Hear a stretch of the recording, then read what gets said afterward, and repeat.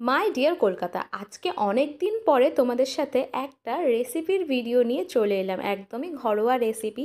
আশা করি তোমরা বুঝতেই পারছো কি তৈরি হচ্ছে। আজকে হ্যাঁ, ফ্রাইড রাইস। ভিডিওটা অনেক দিন আগে করা হয়েছিল, বাট আমার গ্যালারিতে এক কোণে চুপ করে বসেছিল, তাই ভাবলাম চলো গ্যালারিটা তো পরিষ্কার করতেই হবে, আর কতদিন এই ভিডিওটাকে ফেলে রাখবো। তাই ভিডিওটা আজকে পোস্ট করলাম। একদমই ঠিক গেস করেছো, এটা ফ্রাইড রাইসের রেসিপি। দেখো, ফ্রাইড রাইস এক একজনের মতন করে রান্না করে, তার ওপর কিন্তু টেস্ট বিভিন্নভাবে ডিপেন্ডও করে। আর সত্যি কথা বলতে আমাদের বাড়িতে ফ্রাইড রাইস যেভাবে রান্না করা হয়, আমার বাইরের কোথাকার ফ্রাইড রাইসে একদমই ভালো লাগে না।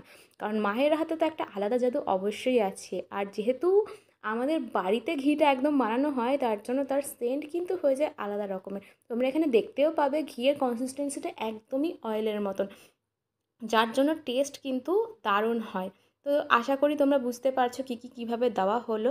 সমস্তটা ভেজে নেড়েচেড়ে নিয়ে মা কিন্তু ধীরে ধীরে আগে থেকে সেদ্ধ করে রাখা বাসমতি রাইসটা দিয়ে দিল। আর তোমরা একটা জিনিস খেয়াল করেছো কি না জানি না, মা কিন্তু ফোড়নের গরম মশলাটা অনেকটা পরে দিয়েছিল। এতে কি হবে বলো তো, এতে গরম মশলাটা একদমই পুড়ে যাবে না। তোমাদের ফ্রাইড রাইস রান্না করার কী বিশেষত্ব রয়েছে আমাকে কমেন্টে জানাতে কিন্তু একদমই ভুলো না। আর সেদিন ফ্রাইড রাইসের সাথে ছিল অবশ্যই আমার ফেভারিট চিকেন। আমি বেশ তৃপ্তি করেই খেয়েছিলাম। ভিডিওটা ভালো লেগে থাকলে লাইক শেয়ার কমেন্ট করতে একদমই ভুলো না।